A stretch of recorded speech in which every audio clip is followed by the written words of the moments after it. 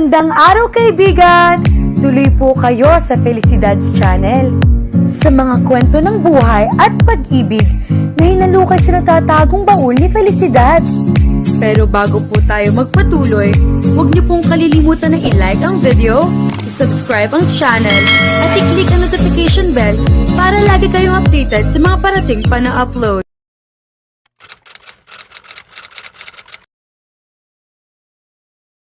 Hindi mapakali si Blake, kasalukuyan na sa emergency room si Arya at pilit na pinapakalma ng mga nurse at doktor na nag-aasikaso rito.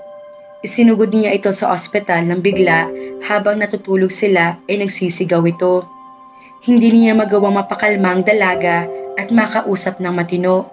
Natakot si Blake sa nangyari kaya napagpasyahan na dalhin ito sa ospital. 20 minutos pagkatapos daluhan si Arya ng hospital staff ay lumabas ang doktor. Nilapitan siya nito. "How is she, Doc?" Ngumiti ang doktor. "She's fine now. We injected something in her to make her calm and relaxed. She was already sleeping when I left." Nakahinga ng maluwag si Blake. Natakot talaga siya sa weird na nangyari kay Arya. Kahit maraming beses na nakakasama niyang matulog ang dalaga, ngayon lang ito umakto ng ganoon. "That's nice to hear. But can you tell me right now why she acted like that?" "I can't tell you that right now. We need her cooperation. She had an anxiety attack, and I guess it's post-traumatic stress disorder." Kumunot ang noo niya. "Post-traumatic stress disorder? How can you tell that?" "I think what she experienced is a nightmare about her past. I can say that right now, even if we haven't heard the entire story, because she whispered something before going to sleep.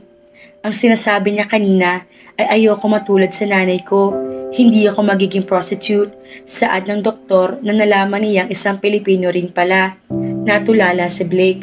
Hindi na ikwento sa kanya ni Arya na may ganoong klase pala ng parte ng buhay nito. Sinabi lang ng dalaga na inampon lang nito ni Nanay Nelly pero hindi ang buhay nito bago iyon. Nabigla siya sa nangyari. Hindi siya makapaniwala. Kahit iniwan na ng doktor, pakiramdam niya ay nanghihina pa rin siya. "She's a prostitute's daughter." Naramdaman ni Blake ang pagkapahiya ng ama. Nang malaman nito ang nangyari ay sumunod din ito sa ospital. Narinig ng ama sinabi ng Pilipinong doktor at naintindihan pala iyon. "It doesn't matter, Papa. Will you accept her after that?" Nanlalaki pa ang mata ng wika nito. Nagkibet-balikat si Blake. "I can say that I am a prostitute's daughter too.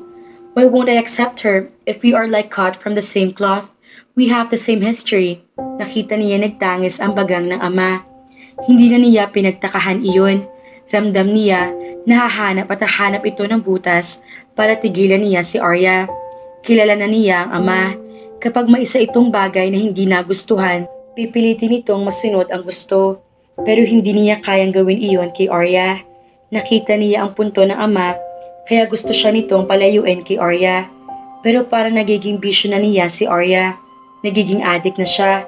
Palagi niyang hinahanap ang dalaga. Gustong makasama at ayaw ng layuan.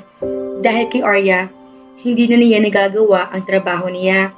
She became a distraction in his solemn life. Dahil artist din ang ama, alam nito ang pinagdadaanan niya. Artists were easily distracted. At kapag nangyari na distract na ang mga ito, mahirap nang ibalik sa dating concentration. Ramdam ni Blake na kung hindi niya susundin ang gusto ng ama na layuan ng dalaga, baka hindi na niya maibalik pa ang concentration na iyon. Ganoon kasi ang kanyang ama. Ngayong nalululong lalo sa bisyo na pagsusugal, napapabayaan na nito ang pagpipinta. Nakakapagpinta man ito ay hindi na masyado nagugustuhan ng taong ginagawa. Kaya nababawasan na rin ang bidding price ng mga iyon. Hindi na kagaya ng dati ang nagiging pera nito. Pero hindi kayang gawin ni Blake ang gusto ng ama. Ayaw niya. Kahit ipinagpipilitan nito na gawin niya ay hindi niya gusto. Hindi niya kaya. Lalo na ngayong nalaman niya may pinagdadaanan din sa buhay si Arya. Hindi niya ito gustong iwan. Buong buhay ni Blake mula na ampunan ni Mateo Artela ay sinunod niya ito. Sa kabila kasi ng lahat, alam niyang para sa kabubuti niya ang ginagawa ng ama. Naging matagumpay siya dahil sa mga turo nito sa buhay niya. Pero alam niya hindi habang buhay ay tama si Mateo. Dahil kay Arya, gagawin niya isang bagay na ngayon ang gagawin sa buhay. Ang suwayin ang taong masasabing pinagkakautangan niya ng malaki. Malaki na rin naman siya. Alam na niya ang ginagawa. Hindi man niya sundin ang payo ng ama para maisalba ang career sa pagpipinta, hindi na iyon mahalaga. Hindi lang iyon ikinabubuhay niya. Mahalaga ang pagpipinta kay Blake. Sa loob ng maraming taon ay iyon ang mundo niya. Pero lahat ng bagay ay nagbabago at ang tanging mahalaga na lang sa kanya ngayon ay si Arya. Saan tayo pupunta? Hindi ito ang daan pa uwi sa bahay, Blake. Wika ni Arya nang mapansin na ibang daan na tinatahak nila. Pagkatapos manatili ng 5 araw sa Italy, ay bumalik na sila sa Pilipinas. Sa pagbalik, ay inaasahan niya na idediretso siya ni Blake sa bahay ni Nanay Nelly. Hindi nga, we're on our way to my condo. Sinundo sila ng driver nito mula sa airport nang kumunot ang noo niya. Bakit? Hindi mo ba muna ako ihahatid? Umiling ito. We're going to live together.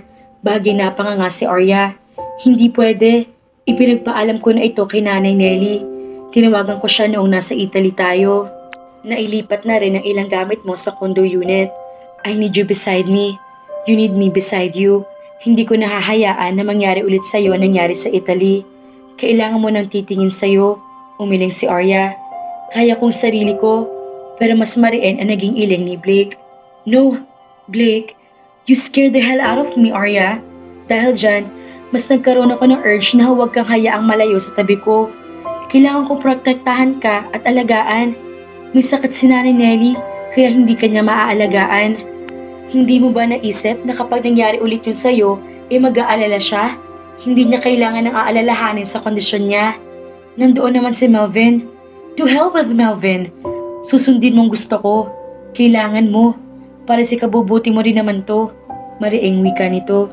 Napabuntong hininga si Arya. Kahit paano, ay naiintindihan niya si Blake kaya ito nagkakaganito. Nag-aalala ito sa kanya. Naging masama para sa binata ang nangyari sa kanya sa Italy kung saan nagkaroon siya ng nightmare. At kahit siya ay hindi magawang kontrolin ang sarili para kumalma, hindi iyon ang unang beses na nangyari iyon sa kanya.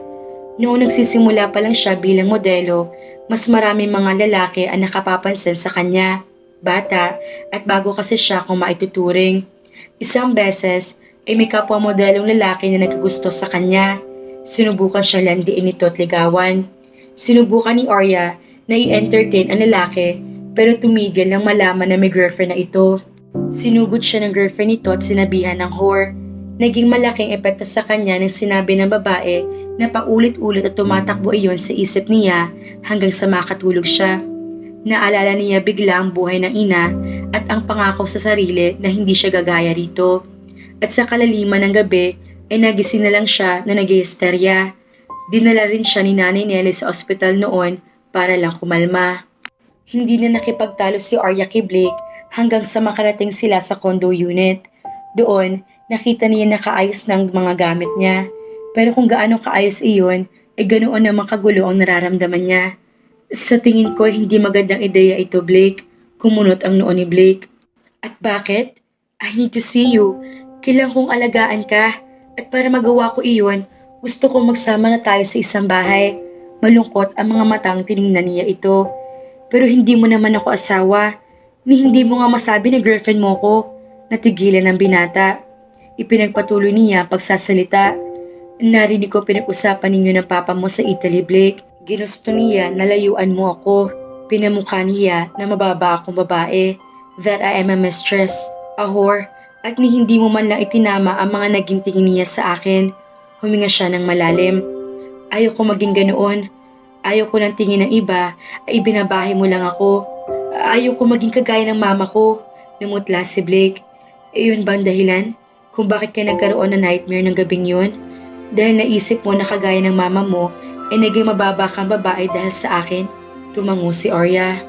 Ilang beses siya nitong tinanong ng doktor at pati na rin si Blake kung anong maaring dahilan kung bakit nagkaganoon siya. Pero hindi niya magawang masabi ang buong detalye dahil natakot siya. Naguluhan din siya sa naramdaman.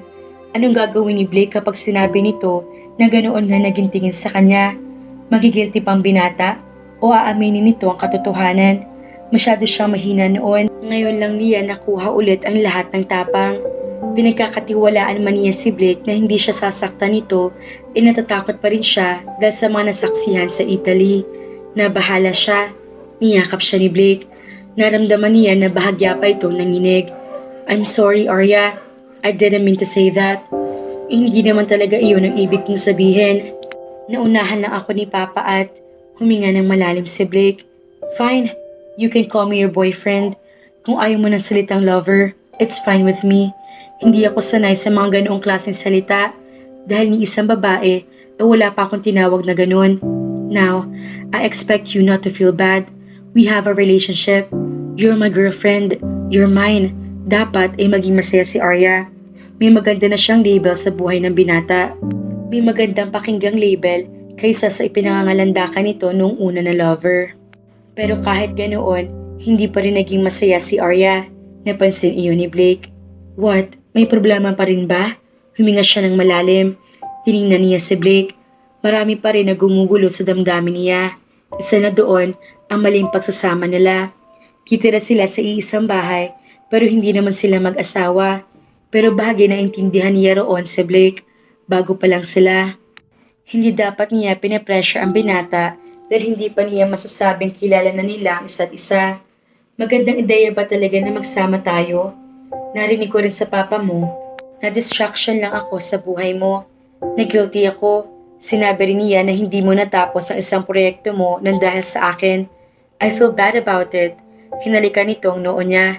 Siguro nga tama siya. Distraction ka nga sa akin. But you are a beautiful one. You are my beautiful distraction. Baliwala ang lahat dahil masaya ako na kasama ka. Ganoon din naman ako. Pero naisip mo ba na hindi pwedeng habang buhay na ganito tayo? Na parang lagi nasa bakasyon at parang walang pakialam sa realidad? Kumunot ang noo ni Blake. Anong ibig mong sabihin? Kailangan din nating ayusin ang sarili-sarili nating buhay. Kailangan hindi lagi tayo magkasama. Ayaw kong lagi nakaasa lang tayo, Blake. Masaya rin ako na nakasama ka. Pero gusto ko rin tumayo sa sarili kong paa. Kapag tumuloy ako dito sa unit mo, siguradong gugustuhin mo lagi na huwag akong umalis. O hindi kaya, ay bibili ako ng pangangailangan ko. I need to have my own life too. Kailangan kong kahit paano ay lumayo ako sa'yo. Kung magsasama tayo sa iisang bahay, mahirapan ako. Kilala na kita, mahilig ka rin mag-control sa mga bagay. Ang sinasabi mo ba sa akin ay gusto mo magtrabaho ka ulit? Tumango siya. Dumilim ang mukha ni Blake. No, I won't let you take on that job again. Alam ko, you don't have to worry about it. Hindi na ako babalik sa trabaho na yun. Maghahanap ako ng bago. At ano namang klaseng trabaho iyon? Bumuntong hininga si Arya. Hindi ko pa alam. Alam ko magiging mahirap dahil sa loob ng 7 taon, ang pagmamodelo lang ang naging career ko. Hindi rin ako nakapagtapos ng pag-aaral. Pero gagawa ko ng paraan. Ayaw kong mahirapan ka. I can provide for you. Susubukan ko magpinta ulit. Hell, kaya ko mag-provide sa'yo kahit na hindi ako makapagpinta pang muli. Dahil ginulo mo ng mundo ko. With you by my side, my concentration is wrecked. But it's okay. I'm happier to have you by my side than paint. Marami ako investments at properties. Malaking kinikita ko sa pamamagitan lang ng mga iyon. Kaya kong ibigyan ka pa rin ng maalwan na buhay kahit hindi ako magtrabaho. Pero naintindihan ko rin naman ang gusto mo. Kung naintindihan mo ako, ibig sabihin lang ba nun na hayaan mo kung huwag pumayag sa gusto mo na magsama tayo sa isang bahay? Dahil alam mo, pinutol ng iling ni Blake ang sinasabi ni Arya. Hindi, Arya. Hahayaan kita magtrabaho, pero magsasama pa rin tayo sa isang bahay. Susubukan ko rin na hindi ka kontrolin. Lalong sisiguruhin ko na hindi ka na kailanman pa mapapahamak sa susunod mong trabaho. Anong sinasabi mo, Blake? Hinawakan nitong mukha niya. Hindi ka na mahihirapan pa maghanap ng trabaho. Cause I'm giving you one.